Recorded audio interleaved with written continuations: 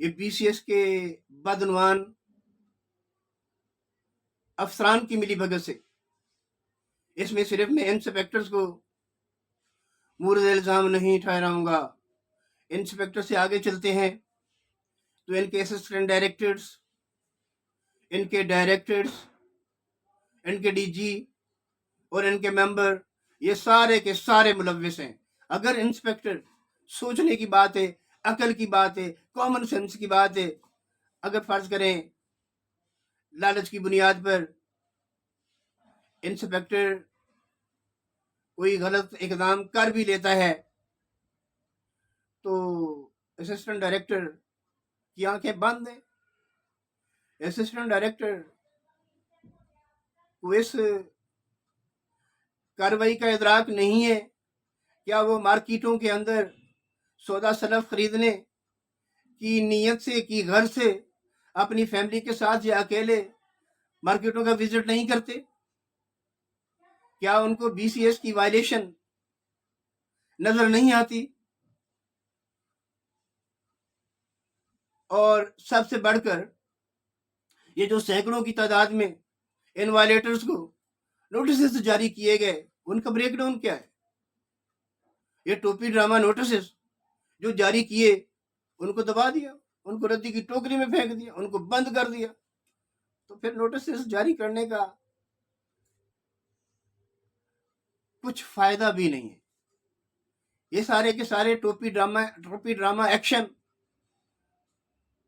اگر سود مند ہیں تو اسی مافیاز کے لیے، سرکاری مافیا کے لیے، نجی مافیا کے لیے، عوام کے لیے نہیں ہے. میں یہاں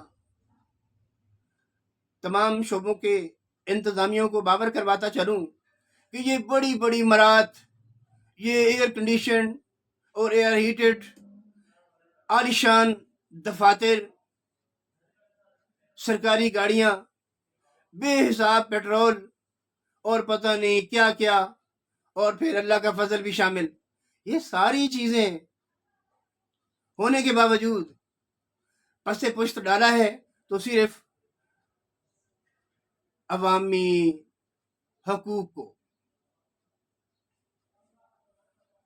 کتنے افسوس کی بات ہے کہ یہ ساری چیزیں، یہ ساری مراد